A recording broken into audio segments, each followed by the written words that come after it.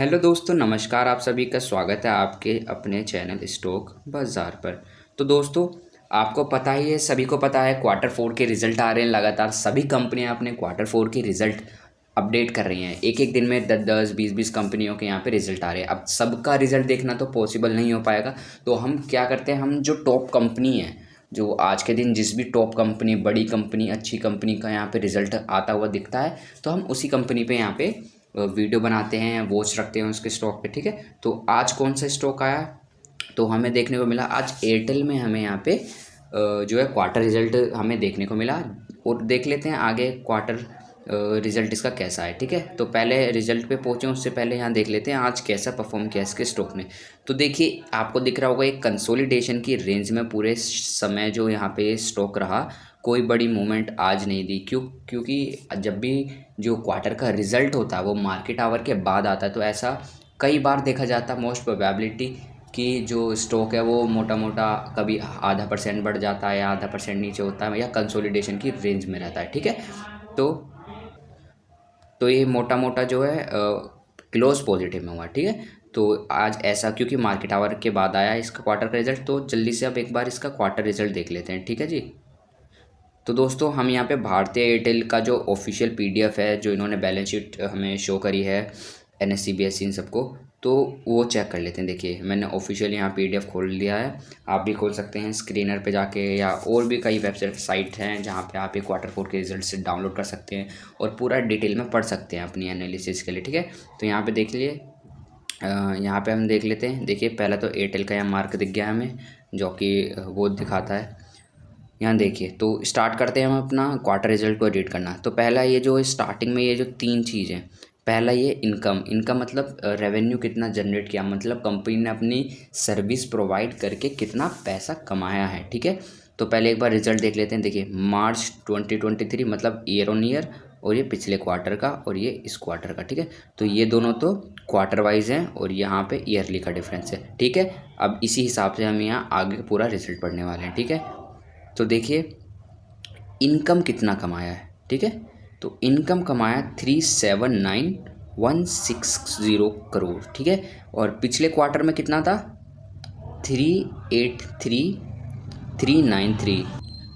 तो हम यहाँ पे अगर ईयर वाइज भी देखें तो ईयर वाइज भी यहाँ पे जो क्वार्टर का रिजल्ट है वो कमज़ोर हुआ है। देखिए, पहले कितना था, 37 मतलब 3,80,000 करोड़, और यहाँ हो गया 3,62,000 करोड़। ठीक है, तो ऑब्वियसली क्वार्टर और ईयरली दोनों में ही ड्रॉप आया है रेवेन्यू में। तो ठीक है, रेवेन्यू में नहीं आया है क्योंकि एक साल हो गया है। ठीक है, सिर्फ इस क्वार्टर में यहाँ पे हमें ड्रॉप दिखा है। ठीक है, अब देख लेते हैं इस इनकम को कमाने के लिए कंपनी ने कुछ एक्सपेंस किए हैं। ठीक है, वो एक्सपेंस देख लेते हैं। ठीक है, तो यहाँ देखिए टोटल एक्सपेंस। ठीक है, तो यहाँ देखिए 379, ये तो हो गया था 182, यहाँ 180, तो फिर से यहाँ पे ड्रॉप आया है क्वार्टर वाइज में। ठीक है, सॉरी, यहाँ देखिए ईयर से ज़्यादा आया है इस बार। ठीक है, ऊपर से पिछले क्वार्टर से भी ज़्यादा यहाँ पे अब हमें देखने को मिल गया सारे एक्सपेंस हटाने के बाद। ठीक है, तो अब हम चलते हैं सीधा यहाँ पे प्रॉफिट के पास। ठीक है, तो प्रॉफिट, अब टैक्स वैक्स भी लगता है। ठीक है,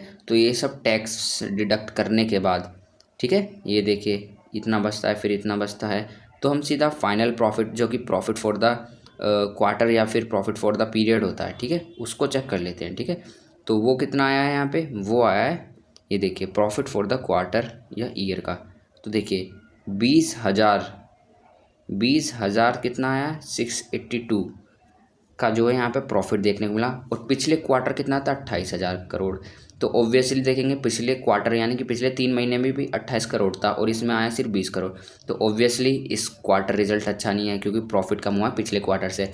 अब देखिए यहाँ ईयर वाइज देखेंगे तो 42 करोड़ का प्रॉफिट था, और इस ईयर में देखेंगे 2024 में तो सिर्फ 20 करोड़ का प्रॉफिट थे।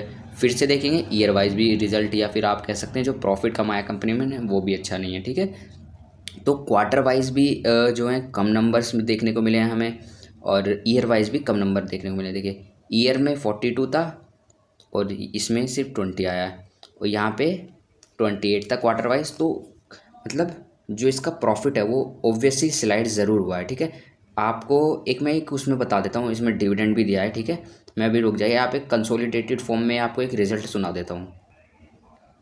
तो यहाँ देखिए एक रिज़ल्ट एक कंसोलिडेटेड फॉर्म में है। तो जो कंपनी का नेट प्रॉफिट है, जैसे हमने कि देखा ईयर ऑन ईयर में स्लाइड हुआ 31%। ठीक है, हमने क्वार्टर के रिजल्ट ऑफिशियल जगह पे भी देख लिए हैं। तो नेट प्रॉफिट यहाँ पे हमें ऑब्वियसली स्लाइड होता दिखा है। ठीक है, और जो रेवेन्यूज़ बढ़े थे, जंप हुए थे। ठीक है, 4% हमने देख लिया वहाँ, वो भी देख लिया। ओके, सही बात है, ये भी सही बात है। अब ARPU मतलब एवरेज रेवेन्यू पर यूज़र।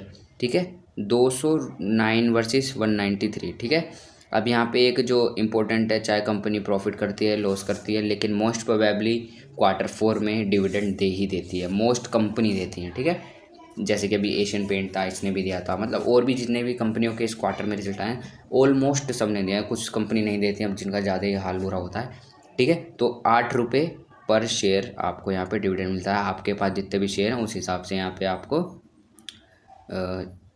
तो आपके पास जितने भी शेयर हैं उस हिसाब से आपको हर एक शेयर पर 8 रुपये यहाँ पे मिल जाएंगे। ठीक है, तो दोस्तों यही क्वार्टर रिजल्ट हमने चेक कर लिया है। तो इतना भी कोई ख़ास क्वार्टर का रिजल्ट हमें देखने को मिल नहीं रहा है। ठीक है, अभी हमने वो डिटेल एनालिसिस करी भी नहीं है क्योंकि टाइम कम था, वरना हम इसके चेक करते कि मंथली या ईयरली इसके जो यूज़र्स हैं कितने कम हो रहे हैं और जियो के कितने बढ़ रहे हैं। ठीक है, ये सब भी देखना होता है और भी फैक्टर होते हैं। ठीक है, तो before investing please do your detailed analysis on your own, क्योंकि पैसा जो है ना भाई लोग आपका ही लग रहा है, तो आपका डिसीजन, आपकी एनालिसिस खुद की होनी चाहिए।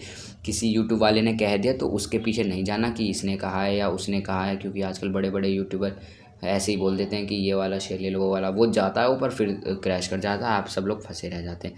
तो दोस्तों नमस्कार, फिर से अलविदा लेना चाहूँगा। प्लीज़ सब्सक्राइब करिए चैनल को, लाइक कीजिए। धन्यवाद।